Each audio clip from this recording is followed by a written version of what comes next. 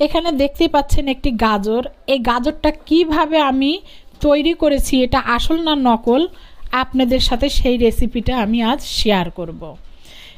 এখানে কিন্তু আমি 5টি গাজর গ্রেট করে নিয়ে ব্লেন্ড করে নিয়ে সেই ব্লেন্ড করা গাজরের আমি রস বের করে নিয়েছি। সেই রসটা এখন জাল দিয়ে নিচ্ছি।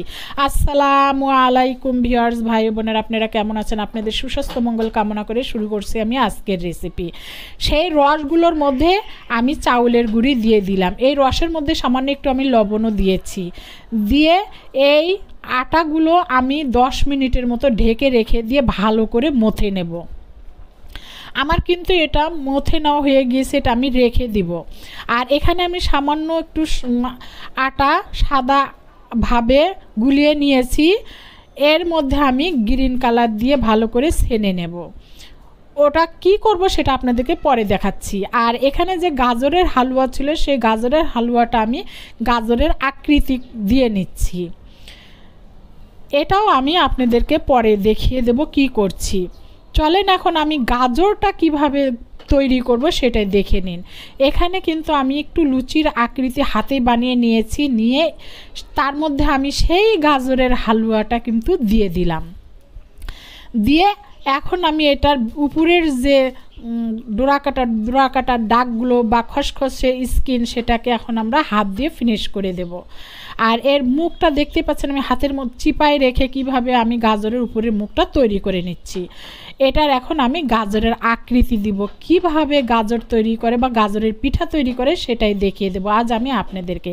আজকের রেসিপি হবে গাজরের পিঠা। গাজর দিয়ে গাজরের পিঠা তৈরি করে সেই রেসিপি আজ আমি আপনাদের সাথে শেয়ার করব। দেখতে পাচ্ছেন কিভাবে গাজর তৈরি করছি আমি। গাজরের স্কিনে যে একটা দাগ থাকে সেটা আমি কাঁটা চামচ দিয়ে একটু একটু দাগ কেটে দিচ্ছি। এইভাবে আমি সবগুলো পিঠা বানিয়ে নেব। এই গাজরের পিঠাটা কিন্তু আপনারা যে পিঠার মেলা হয় সেখানে কিন্তু আপনারা প্রেজেন্টেশন দিতে পারেন, অথবা যে কোনো মেহেদি বা হলুদ অনুষ্ঠানে এই গাজরের পিঠা তৈরি করে আপনারা প্রেজেন্টেশন হিসাবে দিতে পারেন।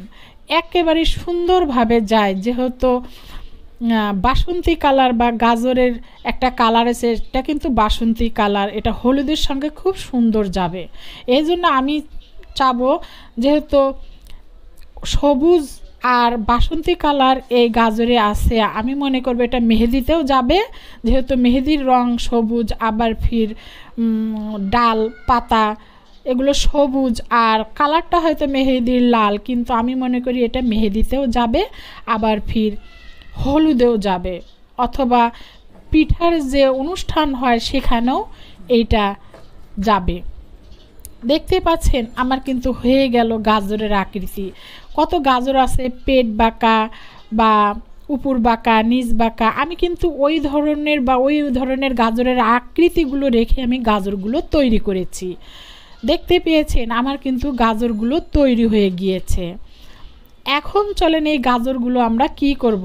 এই যে গাজরের 3 পাতার মাঝে যে একটা কলি থাকে, আমি কিন্তু সেই কলিটা দেওয়ারও চেষ্টা করেছি। আমি কিন্তু বানিয়ে নিলাম, তৈরি হয়ে গেল কিন্তু আমার গাজরের পিঠা, অথবা গাজর দিয়ে গাজরের পিঠা। গাজর দিয়ে গাজর বানিয়ে ফেললাম। কেমন হয়েছে রেসিপিটা আমার অবশ্যই কিন্তু ভালো লাগলে লাইক কমেন্ট শেয়ার করতে ভুলবেন না। কেউ যদি আমার এই ভিডিওটা ইউটিউব চ্যানেল থেকে দেখে থাকেন অবশ্যই বেল আইকনটা ক্লিক করে দিবেন, আর পেজ থেকে দেখলে অবশ্যই ফলো করে দিবেন। এখন চলেন এই পিঠাগুলো আমরা ভাপ দিয়ে নিয়ে আমরা স্টিম করে নেই।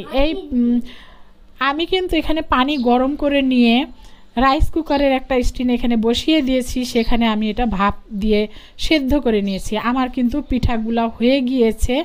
এখন এটা আমি ঠান্ডা করতে দেব। পিঠাগুলো যখন ঠান্ডা হয়ে যাবে তখন আমি আপনাদেরকে পরিবেশন করে দেখাবো। এই পিঠাগুলার সঙ্গে কিন্তু একটা অঘটন ঘটে গিয়েছে, সেটা হচ্ছে পিঠাগুলো আমি ঠান্ডা করতে দিয়েছিলাম।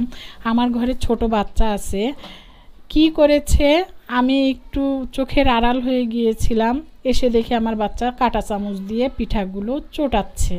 তো কি করব, এখন এইভাবে আপনাদের সামনে পরিবেশন করতে হচ্ছে, তার জন্য সরি। ভালো লাগলে কিন্তু লাইক কমেন্ট শেয়ার করতে ভুলবেন না। আসসালামু আলাইকুম।